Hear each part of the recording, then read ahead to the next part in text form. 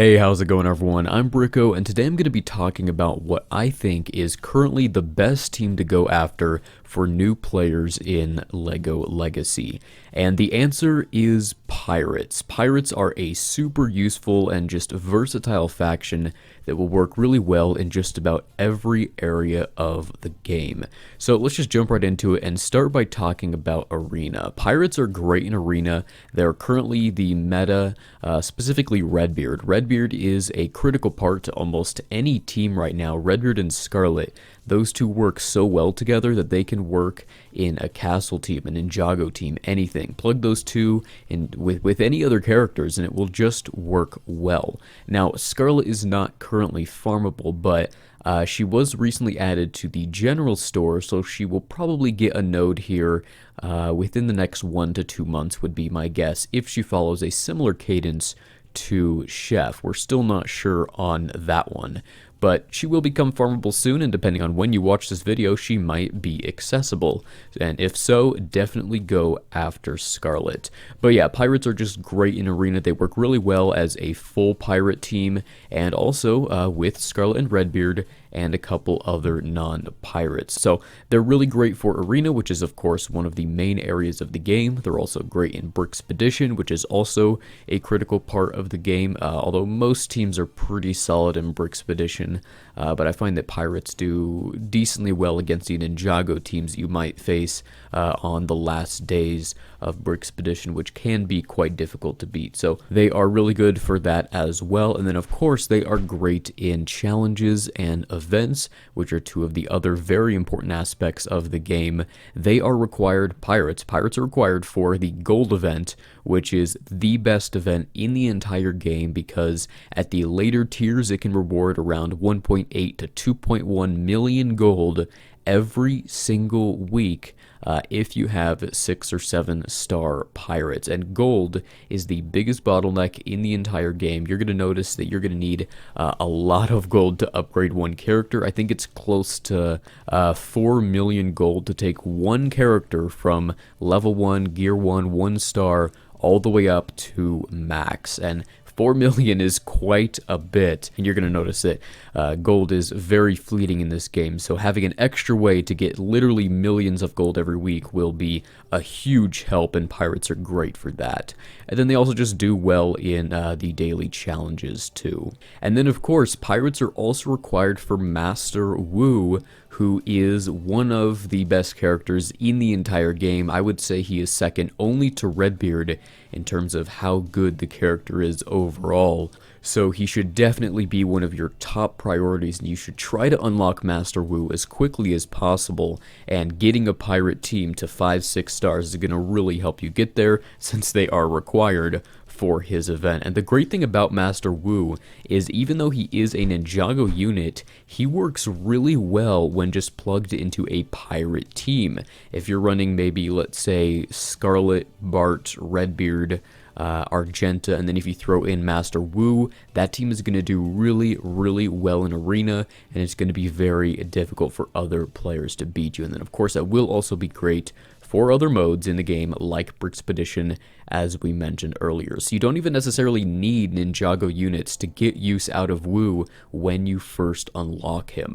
So he should definitely be one of your top priorities, and I think that's one of the reasons that you want to get your pirates to at least 6 stars, the other of course being the gold event, to get to that 6th tier, which rewards 1.8 million gold. The 7th tier requires 7-star pirates and gives 2.1 per week, so it's only 300,000 more per week.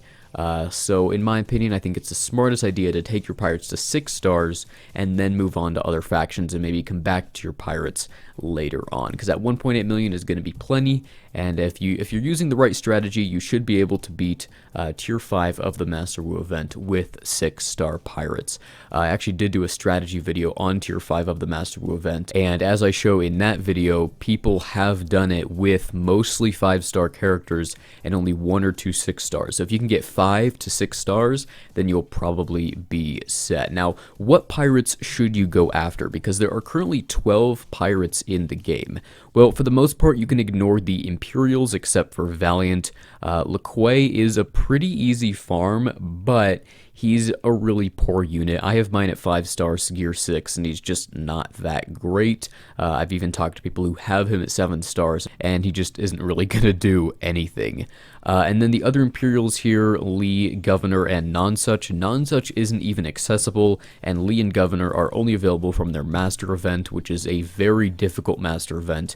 You're probably only going to unlock Lee like I did here when the event first comes around, and a 3-star Lee isn't going to be very viable. Even a 7-star Lee is pretty poor, and a 7-star Governor can be good, but he's still not amazing. And again, the event is going to have to come around multiple times for you to get these characters to 7 stars, especially Governor to 7 stars. So you can pretty much ignore all the Imperials except for Valiant.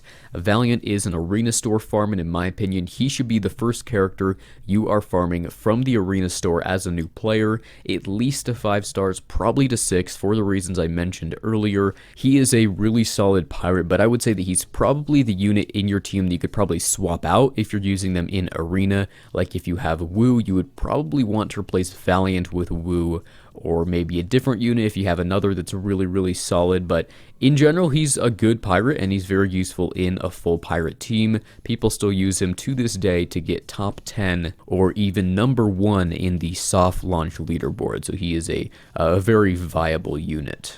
But okay, what about the other pirates?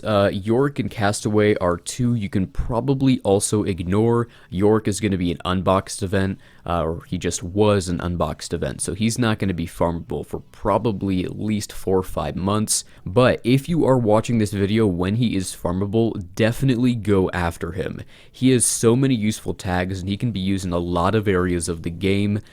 Even if you're not going to use him in your core team of pirates, you're going to want to farm him up for the gold event, for Glyph Hunt, Monolith Waste, Berks Edition, even Piptown United, since he is a builder as well. He can just be used in almost every area of the game since he has so many tags. He even has the castle tag, so he can be used in both the Primo event and the Scroll event. So if he is available to you, go ahead and farm him, but he probably won't for quite a few months. And then with Castaway, he was also an unboxed event. He was shortly after Scarlet, so he's probably not going to be farmable for 2 to 3 months would be my guess.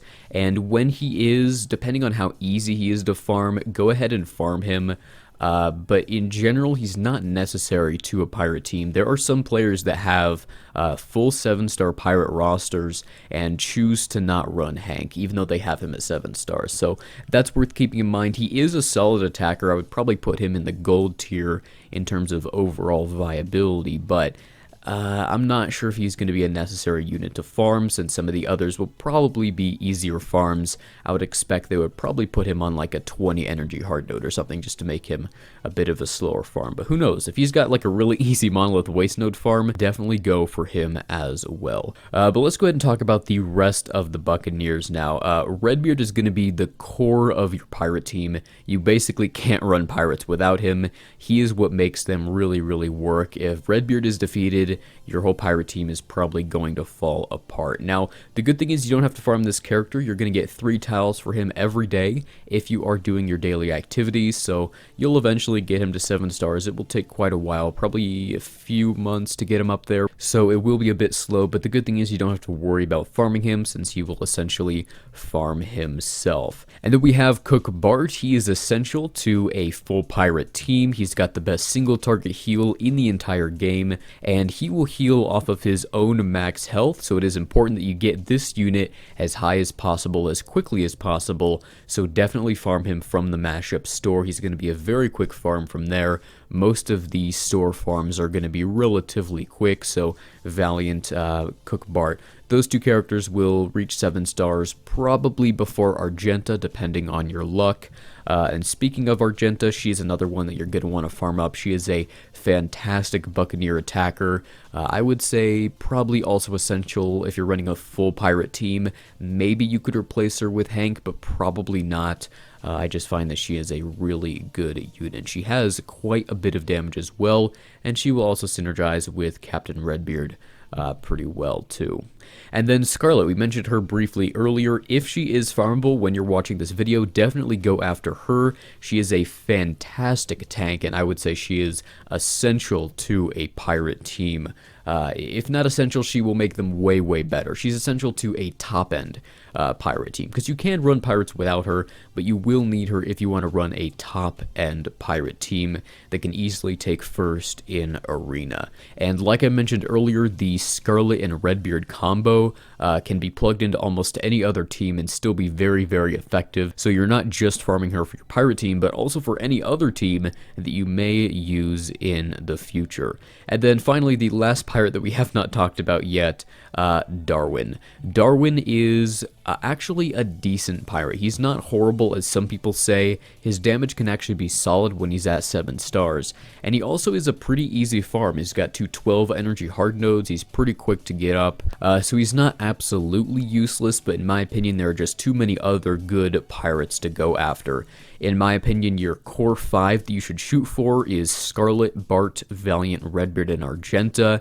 And if Scarlet is not farmable yet, then go ahead and farm Darwin up at least to 5-6 stars for the gold event, and also potentially for Master Wu. It has been done without Scarlet. You can unlock Wu with mostly 5-star characters without Scarlet. It will take a lot of attempts, but if you use the right strategy, it can be done. So farm him up 5-6 stars. Don't take him to 7. That's just a waste of energy. Go and swap to a different character at that point. But yeah, definitely take all your pirates to at least 6 stars, maybe 7, depending on which character they are. Cook Bart, I would say take to 7. Redbeard, obviously take to 7. Scarlet, I would say take to 7. Argenta and Valiant, you could probably leave at 6 unless you plan to use full pirates in your arena team. But at that point, you should probably be swapping to a different faction because the meta will have probably shifted. But again, Redbeard and Scarlet are going to remain a solid duo for quite some time. So definitely get both of them if Scarlet is accessible. Also, as far as sets go, Raft Raiders is very accessible early on. It's on Monolith Waste 2.3, so you can get to that pretty quickly. Go ahead and farm that one for a little while to at least have some kind of decent set for your pirate team. But if you are using that set, save most of your set tools and only upgrade the very first ability. The second and third ones aren't going to really matter. But as soon as you unlock the Forbidden Island node, which is Monolith 4.5, so it will take you a while to get there, but Forbidden Island is a way better set, and on that one you want to upgrade all the abilities except the second one. The second one isn't going to really matter. But yeah, Forbidden Island is definitely the better set between the two, so start farming it as soon as you unlock that node. But Raft Raiders isn't a terrible alternative. Also, I do want to mention, if an event ever comes around like Jay's event, where tier 3 set tools are available in the event store, try to pick up as many of those as you can and upgrade the first and the last ability of the Forbidden Island first. Upgrade the third ability last. But if you can get that first and last ability on the Forbidden Island set maxed, your pirates are going to do way more damage and be way more effective. So that is going to do it for this video. If you are a new player, definitely go after pirates. They are a fantastic team for many, many areas of the game, including the gold event, and gold is probably the biggest bottleneck in LEGO Legacy, so having them for that event is going to help quite a bit. But alright, that is going to be it for this video. Thanks again for watching, and I will see you in the next one.